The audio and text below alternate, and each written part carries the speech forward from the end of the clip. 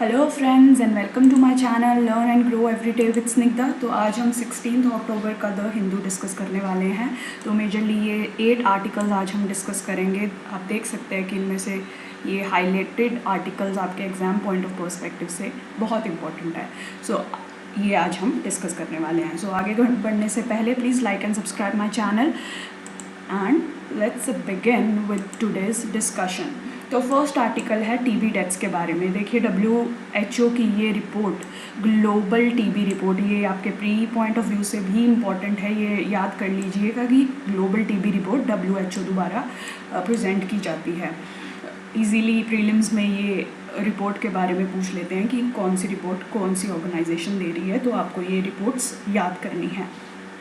तो इस रिपोर्ट के अनुसार WHO ने पॉइंट आउट किया है कि पेंडेमिक की वजह से टीबी डेथ्स जो हैं वो बढ़ गई हैं। अप्रॉक्सीमेटली 1.5 मिलियन पीपल जो है they died in 2020 because of TB. तो WHO कहता है कि हमने टीबी को रिड्यूस करने में जितनी प्रोग्रेस की थी इन पास्ट डिकेड और सो, वो जो है रिवर्स हो गई है बिकॉज ऑफ कोविड पैंडेमिक। तो कोविड पैंडेमिक में आप देखिए कि हो क्या रहा था कि लोग जो है लॉकडाउन में स्टक थे, वो घरों से बाहर नहीं जा सक रहे थे। तो उसकी वजह से they couldn't access health services, hospital नहीं जा रहे, डॉक्टर्स को नहीं मिल पा रहे। उसकी वजह से वो अपने टीबी को ट्रीटमेंट कराने के लिए टीबी हॉस्पिटल में नहीं जा पा रहे थे, जिसकी वजह से उनका टीबी जो है वो वर्सन होता गया और ultimately leading to their death. और दूसरा कारण ये भी था क्योंकि कोविड पैंडेमिक चल रहा था। तो आप समझ ही सकते हैं कि गवर्नमेंट्स जो हैं अपने ह्यूमन रिसोर्सेज यानी कि डॉक्टर्स, नर्सेज एक्सेट्रा, अपने फाइनेंशियल रिसोर्सेज, अपने all other kind of resources, ambulances वगैरह सब कुछ जो है, हेल्थ इंफ्रास्ट्रक्चर जो है वो कोविड को डेडिकेटेड हो गया था। तो टीबी के पेशेंट्स को ट्रीट करने के लिए ना तो सर्विसेज अवेलेबल थी, ना ही लॉकडाउन की वजह से एक्सेस अवेलेबल था। तो इसकी वजह से जो टीबी की डेथ्स हैं वो कोविड में बहुत बढ़ चुकी हैं। तो आप ये आर्टिकल और ये डाटा आप ये यूज़ कर सकते हैं जब आपको कोविड के इम्पैक्ट्स को मेंशन करना है अपने आंसर राइटिंग में, कि कोविड का सोशल इम्पैक्ट क्या हुआ है, उसकी वजह से लोगों की डेथ हो रही है। Not just because of Covid की वजह से जो लोग बाकी हेल्थ सर्विसेज नहीं एक्सेस कर पा रहे, फॉर एग्जांपल टीबी, तो उनकी भी डेथ रेट बढ़ रही है। हम कंट्रीज़ ने जो टीबी में प्रोग्रेस की है, टीबी को कंट्रोल करने में, वो भी बैक ट्रैक हो रही है। तो that is the major use of this article कि आप अपनी आंसर राइटिंग में कोविड के इम्पैक्ट में इसको मेंशन कर सकते हैं।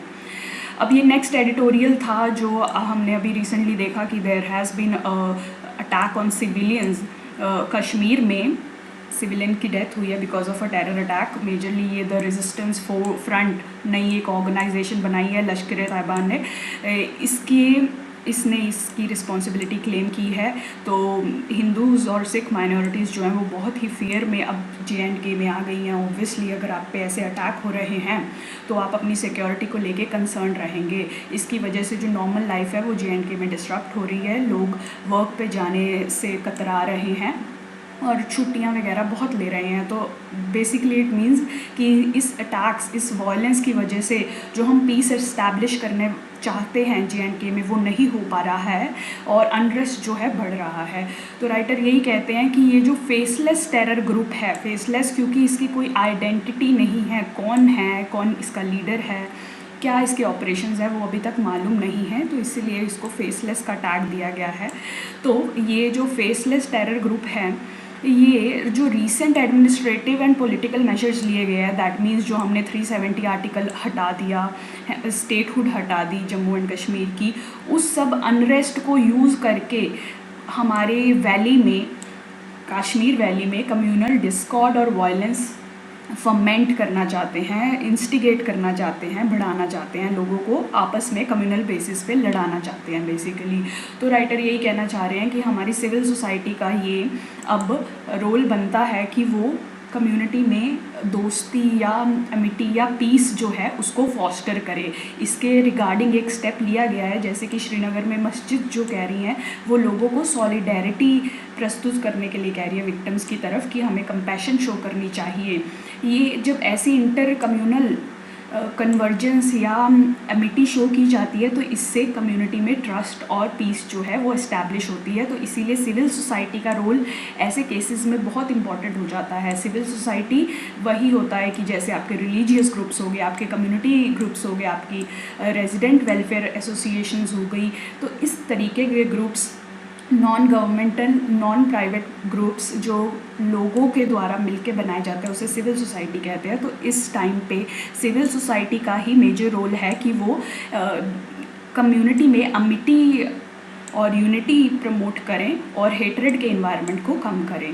दूसरा इम्पॉर्टेंट रोल है पॉलिटिकल डायलॉग का। आप देख रहे हैं कि पॉलिटिकल स्कफल या पॉलिटिकल लड़ाई जो है जम्मू कश्मीर में पार्टीज़ के बीच में बहुत चल रही है, एंड वो फेवरेबल कंडीशन नहीं है जम्मू एंड कश्मीर में पीस एस्टैब्लिश करने के लिए। तो अब हमें इमीडिएट रिक्वायरमेंट है कि ये पॉलिटिकल डायलॉग हो बिटवीन डिफरेंट पार्टीज़ इन JNK, और उसके बाद JNK को स्टेटहुड भी रिस्टोर की जानी चाहिए, क्योंकि जो भी ग्रुप्स इससे नाखुश हैं कि JNK को यूनियन टेरिटरी बना दिया, तो उनका ट्रस्ट जो है वो रीएस्टैब्लिश कर दिया जाए। इसलिए स्टेटहुड को भी रिस्टोर करना बहुत ज़रूरी है, एंड उसके बाद वहाँ पे पॉलिटिकल एंड प्रेस फ्रीडम्स को भी प्रमोट करना ज़रूरी है। बेसिकली हम JNK में नॉर्मल लाइफ चाहते हैं जैसे हम रेस्ट ऑफ इंडिया में हैं। तो जैसे राइट्स और जैसी फ्रीडम्स रेस्ट ऑफ इंडिया को है, वैसे ही JNK में इंश्योर करना जल्दी से जल्दी ये इम्पॉर्टेंट है। That is what the article says. अब next, this is a very very important article. इस पे आपको क्वेश्चन गति शक्ति पे बनना बहुत ही लाजमी है इस ईयर के मेंस में, तो इसे ध्यान से कीजिएगा। बेसिकली ये इम्पॉर्टेंट गति शक्ति नेशनल मास्टर प्लान है क्या?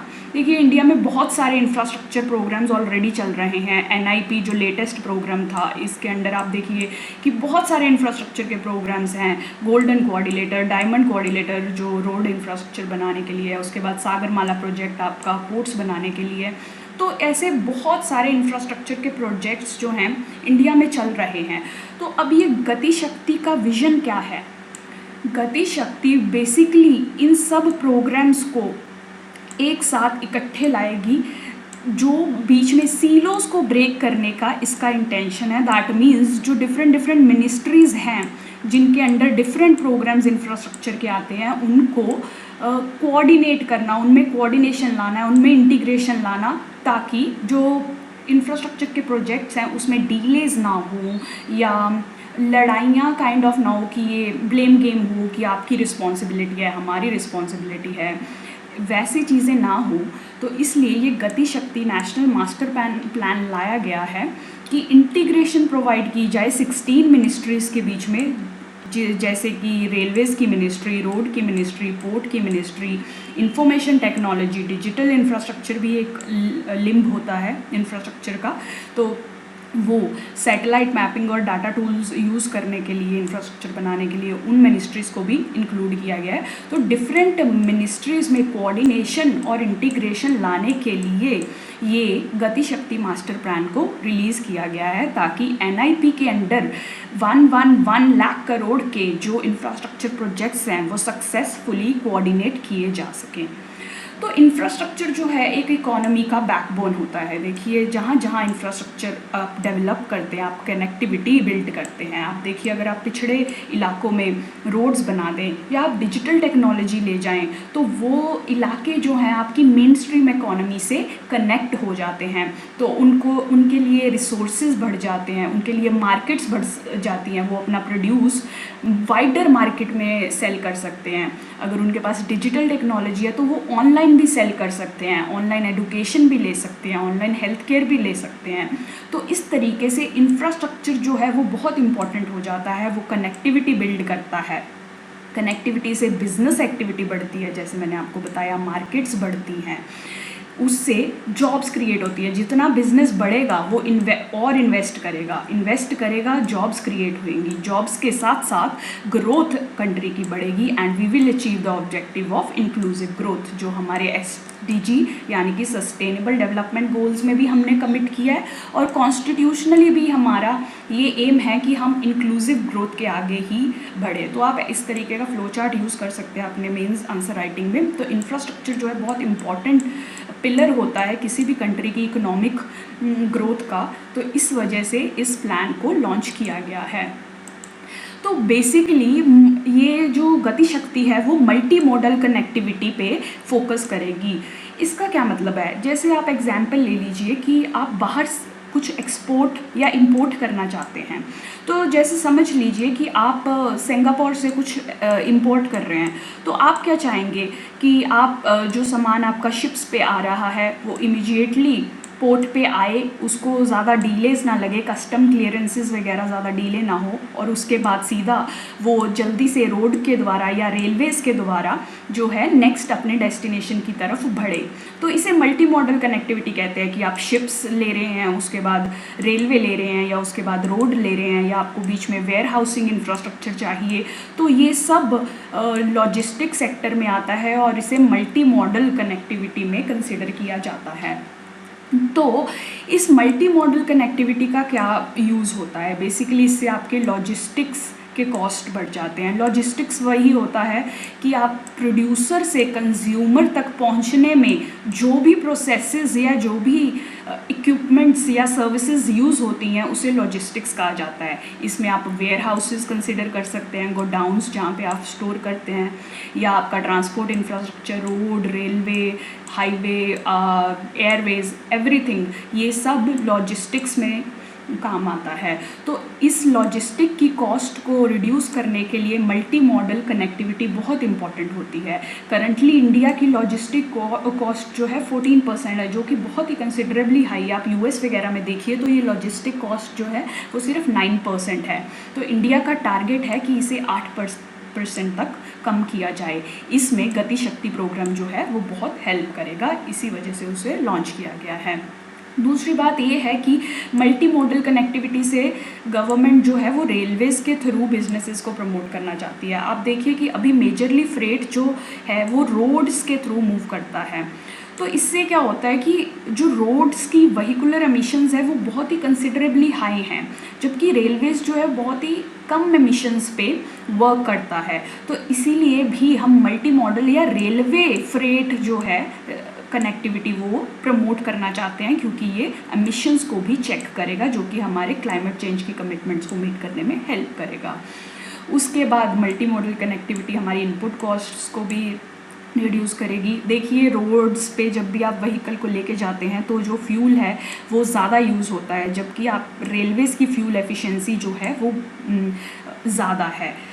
तो यहाँ पे आप सेम फ्यूल में थोड़ा सामान या थोड़े डिस्टेंस तक लेके जा सकते हैं। यहाँ पे आपकी कॉस्ट्स घट जाएंगी रेलवेज़ में, जब आप क्योंकि यहाँ पे फ्यूल एफिशिएंसी ज़्यादा होती है। तो अपनी इनपुट कॉस्ट यानी कि फ्यूल कॉस्ट को भी कम करने के लिए हमें multi modal connectivity and specially Railways को प्रमोट करना है, जो कि इस प्रोजेक्ट के द्वारा किया जाएगा।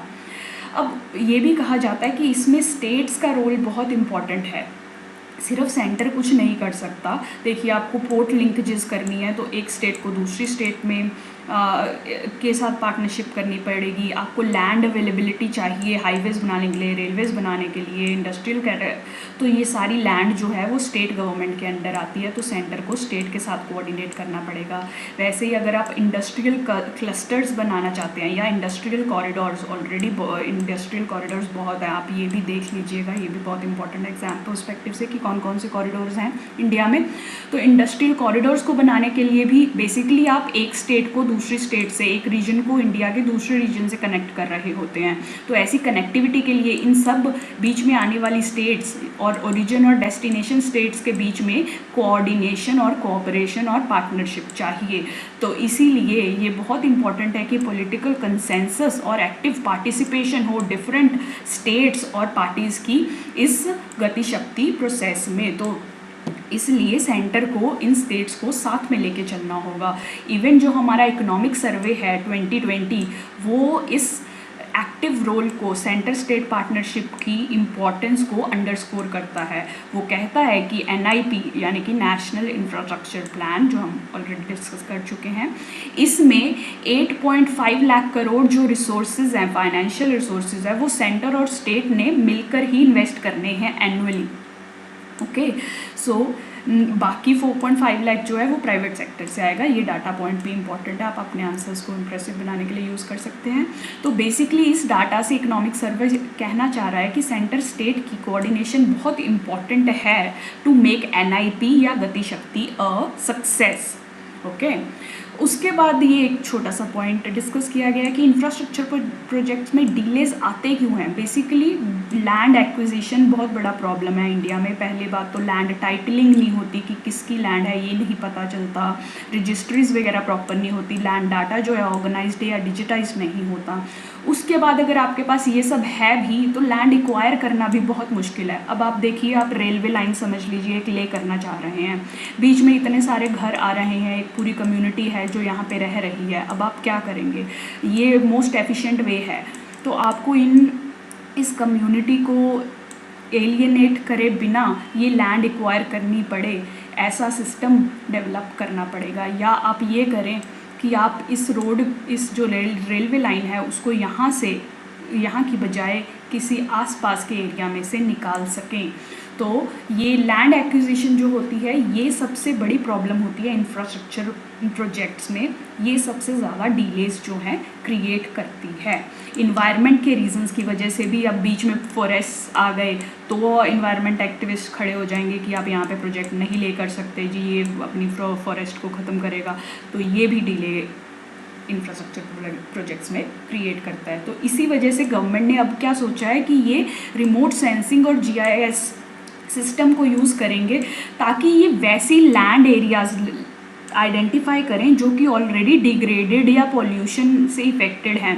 तो कोई भी ऑपोजिशन नहीं आएगी उनको यूज़ करने में। आप ऑलरेडी इनहेबिटेटेड लैंड को नहीं यूज़ कर ले या ऑलरेडी फॉरेस्टेड लैंड को नहीं यूज़ कर रहे, आप बल्कि उसके आसपास में जो डिग्रेडेड या खाली पड़ी या फालतू पड़ी या एग्रीकल्चर को नॉन सूटेबल लैंड को ले रहे हैं अपने इंफ्रास्ट्रक्चर प्रोजेक्ट्स को ले करने के लिए। तो ये बहुत ही एफिशिएंट और एफिशिएंट मेथड है और लोगों को एलियनेट भी नहीं करता और एक्टिविस्ट को भी दुखी नहीं करता। वो एक्चुअली वर्क तो हमारे इन्वायरमेंट को सेव करने के लिए ही कर रहे हैं। तो मीन्स वो ये एक इंक्लूसिव सॉल्यूशन है। आप इन्वायरमेंट, आप कम्युनिटी और आप इकोनॉमी की नीड्स सबको ध्यान रख के इंफ्रास्ट्रक्चर प्रोजेक्ट्स को ले करते हैं। तो वो ये इस गति शक्ति के अंडर किया जाएगा by using remote sensing and GIS technology. That was it about this article. बहुत इंपॉर्टेंट है PM गति शक्ति स्कीम, उसको ध्यान से आप कवर करते रहिए। जैसे जैसे आर्टिकल आते रहते हैं पॉइंट्स ऐड करते रहिए। उसके बाद ये आर्टिकल था, इसमें कुछ ज़्यादा इंपॉर्टेंट नहीं है, बस आप केस स्टडी के पॉइंट ऑफ व्यू से ऐसे आर्टिकल्स यूज़ कर सकते हैं कि अगर आपको कभी केस स्टडी में पूछा जाए कि आप DM वगैरह हैं तो आप रिलैक्सेशंस पे डिसीजन कैसे लेंगे, तो आप जस्ट मेंशन कर सकते हैं कि मैं पहले डिस्ट्रिक्ट की सिचुएशन देखूंगा या देखूंगी कि क्या डिस्ट्रिक्ट में जो केसेस हैं वो अंडर कंट्रोल है, पॉजिटिविटी रेट जो है वो 10% से कम है, जो आर देयर साइंस की जो कोविड है वो ख़त्म हो रहा है। अगर ये सब है तो मैं रिलैक्सेशन दूंगा ताकि इकोनॉमिक एक्टिविटी रिवाइव हो सके। बट मैं ये भी ध्यान रखूँगा या रखूँगी कि वैक्सीनेशन प्रॉपरली चलती रहे और मास्क जो है वो प्रॉपरली यूज़ हों ताकि दोबारा से केस ना बढ़ पाएँ जबकि हम इकोनॉमी एक्टिविटी को रिवाइव करने की कोशिश कर रहे हैं। तो प्रॉपर विजिलेंस हमेशा ध्यान रखा जाएगा कि सेफ्टी मेजर्स को ध्यान रखते हुए और लोकल कंडीशंस को ध्यान रखते हुए हम रिलैक्सेशंस जो हैं प्रोवाइड करें। तो ये आप केस स्टडी में ये आर्गुमेंट्स यूज़ कर सकते हैं। उसके बाद ये वेरी इंपॉर्टेंट आर्टिकल है आपके GS 2 पॉइंट ऑफ व्यू से। वोटिंग या वोटिंग पे क्वेश्चन आए तो आपको ये आर्ग्यूमेंट्स यूज़ करने हैं, इनका नाम यूज़ करना है। OP रावत साहब फॉर्मर इलेक्शन कमिश्नर रह चुके हैं, हमारे चीफ इलेक्शन कमिश्नर। तो ये जो आर्ग्यूमेंट दे रहे हैं ये वैल्यू कंटेन करती हैं। तो बेसिकली अभी क्या, जो हमारी तेलंगाना की स्टेट इलेक्शन कमीशन है वो एक्सपेरिमेंटल बेसिस पे स्मार्टफोन्स का यूज़ कर रही है वोटिंग के लिए। तो वोटिंग का यूज़ करेगी, इंटरनेट यूज़ होगा इसमें वोटिंग के प्रोसेस में। तो वही OP रावत साहब यही कहते हैं कि जो हमारी EVM मशीन्स हैं उनकी ही सैंक्टिटी को इतना क्वेश्चन किया जाता है। देखिए पॉलिटिकल पार्टीज़ ब्लेम करती रहती है कि ईवीएम्स को मैनिपुलेट किया गया है, इनको डिस्ट्रक्ट किया गया है and all that. Legal disputes इस पे इतनी कोर्ट्स में हो चुकी हैं। तब जो इलेक्शन कमीशन है वो यही आर्ग्यूमेंट देती है कि ईवीएम जो है वो इंटरनेट से कनेक्टेड नहीं है, तो उनको किसी भी तरीके से डैमेज करना पॉसिबल नहीं है। तो वही ओपी रावत साहब कह रहे हैं कि अगर आप ईवीएम्स पे ही जो इंटरनेट से कनेक्टेड नहीं हैं उन पे ही इतने क्वेश्चन उठते हैं, तो अब आप देखिए अगर आप इंटरनेट बेस्ड वोटिंग को यूज़ करेंगे तो उस पर तो कंसेंसस क्रिएट करना पॉलिटिकल पार्टीज़ के बीच में बहुत मुश्किल है। क्योंकि देखिए इंटरनेट जहाँ जहाँ आ जाता है, मैनिपुलेशन करना साइबर अटैक्स के थ्रू, साइबर मैनिपुलेशन के थ्रू बहुत ही हाई प्रोबेबिलिटी हो जाती है उसकी। उसके बाद आप वोटर की आइडेंटिटी को कैसे वेरीफाई करें ऑनलाइन। देखिए ऑनलाइन जो है बहुत तरीके होते हैं कि आइडेंटिटी को आपकी आइडेंटिटी कोई और चुरा के वोट कर रहा है आपकी जगह पे। आप कैसे इन्वायरमेंट में हैं, आप समझ लीजिए आप 10 लोग जो हैं एक कमरे में बंद कर लिए किसी भी पॉलिटिकल पार्टी या किसी ने भी, और वो आपको फोर्स कर रहे हैं कि इस बंदे को ई वोटिंग के थ्रू वोट कीजिए। तो वही सब कंसर्न्स ओपी रावत साहब रेस कर रहे हैं कि वोटर आइडेंटिटी पे इशू आएगा, वहाँ पे इन्वायरमेंट क्या है वोटिंग के दौरान, कोवर्जन तो कोई नहीं है उस पर कंसर्न आएगा, इंटरनेट के थ्रू कोई मैनिपुलेशन तो नहीं आएगी। तो ये सब कंसर्न्स इश्यूज़ ई वोटिंग से रिलेटेड आप लिख सकते हैं अगर इस पर कोई क्वेश्चन आए। तो दिस इज़ इम्पॉर्टेंट, और ओपी रावत साहब का नाम मेंशन भी ज़रूर कीजिएगा to get those extra marks. उसके बाद ये इस साल की ग्लोबल हंगर इंडेक्स रिलीज़ हो चुका है। ये बहुत ही इंपॉर्टेंट रिपोर्ट है प्री के पॉइंट ऑफ व्यू से भी एंड मेंस में भी। आपको ये न्यूट्रिशन के क्वेश्चंस में पक्का इसका डाटा यूज़ करना ही है। तो प्री में ये क्वेश्चन ऑलरेडी पूछा जा चुका है कि ग्लोबल हंगर इंडेक्स के पैरामीटर्स कौन कौन से हैं। 4 मेजर इंडिकेटर्स हैं इसके: under nourishment, child wasting, child stunting and child mortality. वहाँ पे ऐसे ऑप्शंस दिए गए थे, आपको चूज़ करना था कि कौन कौन से पैरामीटर्स यूज़ होते हैं। ये चारों सही थे उसका आंसर, तो ये आप याद कर लीजिए। दोबारा क्वेश्चन रिपीट हो सकता है इन अ डिफरेंट वे। तो इस ईयर की जो हंगर इंडेक्स रिपोर्ट है उसने इंडिया की रैंक को और पुअर कर दिया है। देखिए पिछले साल 94 पे था India, one of its best rank on this index, पर अब गिर गया है रैंक में 101 पे। तो आप ये डाटा तो यूज़ कर सकते हैं कि हंगर इंडेक्स की कंडीशन इंडिया में बताती है कि इंडिया में न्यूट्रिशन की कंडीशन जो है वो पुअर है। बट ये भी डिस्कस कर लेते हैं कि इंडियन गवर्नमेंट ने इस रिपोर्ट को इस साल की बहुत अपोज़ किया है। उनको लग रहा है कि ये जो रिपोर्ट है वो अनसाइंटिफिक मेथड से बनाई गई है। उन्होंने 4 क्वेश्चन ओपिनियन पोल में फ़ोन के थ्रू पूछे लोगों से और उसके आंसर्स के बेसिस पे ये रिपोर्ट्स के रिज़ल्ट जो है प्रेजेंट किए हैं। ऑल्सो गवर्नमेंट पॉइंट आउट करती है, ये बड़ा ही लॉजिकल आर्गूमेंट लगा मुझे इंडियन गवर्नमेंट का, कि वो कहती है कि फूड एंड एग्रीकल्चर ऑर्गेनाइजेशन की report the state of food security and nutrition in the world 2020 के अनुसार इन 4 कंट्रीज़ में कोविड के चलते हुए कोई भी न्यूट्रिशन पे इम्पैक्ट नहीं आया है, बल्कि न्यूट्रिशन में उनकी इम्प्रूवमेंट हुई है। देखिए आप, कोविड की वजह से हर कंट्री में लॉकडाउन था, जॉब लॉसेस हुए, इनकम नहीं जनरेट हुई थी, तो उसका इम्पैक्ट न्यूट्रिशन पे होगा ना, लोगों की हर कंट्री में होगा। बल्कि ये पुअर कंट्रीज़ हैं, specially countries like Afghanistan, Nepal, आप देखिए यहाँ पर बहुत मारामारी चलती रहती है। तो ऐसे कोविड के पेंडेमिक के दौरान ये बिलीव करना कि इनके जो इंडिकेटर्स हैं वो वर्सन नहीं हो रहे बल्कि इम्प्रूव हो रहे हैं, ये बिलीव करना बहुत ही मुश्किल है, ये कहती है इंडियन गवर्नमेंट। तो इसीलिए वो ये FAO का डाटा यूज़ होता है ग्लोबल हंगर इंडेक्स को यूज़ करने बनाने के लिए। FAO का कुछ डाटा यूज़ होता है अंडर न्यूट्रिशन पे।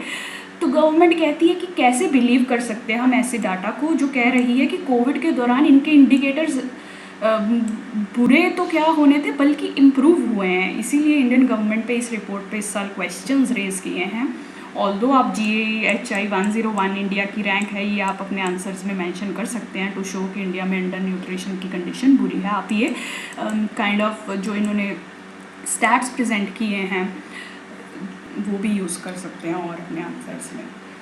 उसके बाद ये next article, very important article, international relations के पॉइंट ऑफ व्यू से भूटान चाइना जो हैं बाउंड्री टॉक्स पे अब MOU साइन कर रहे हैं।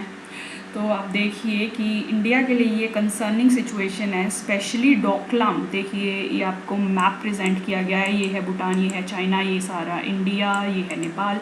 तो यहाँ पे डोकलाम है, आप देख सकते हैं कि यहाँ पे ऑलरेडी डिस्प्यूट हो चुका है, चल रहा है। तो इसमें माना जा रहा है कि ऐसा कुछ ना हो जाए कि वो भूटान और चाइना ऐसा एमओयू साइन कर लें कि ये एक्सचेंज कर ले अपनी टेरिटरीज। देखिए और भी बहुत सारे डिस्प्यूटेड एरियाज़ ऐसे भूटान चाइना की बाउंड्री पे, तो ऐसा ना हो कि चाइना कहे कि हम यहाँ आपको ये वाला एरिया दे देंगे, आप बदले में हमें ये डोकलाम वाला एरिया दे दीजिए। तो ये बहुत कंसर्निंग सिचुएशन हो जाएगी। ऐसा क्यों?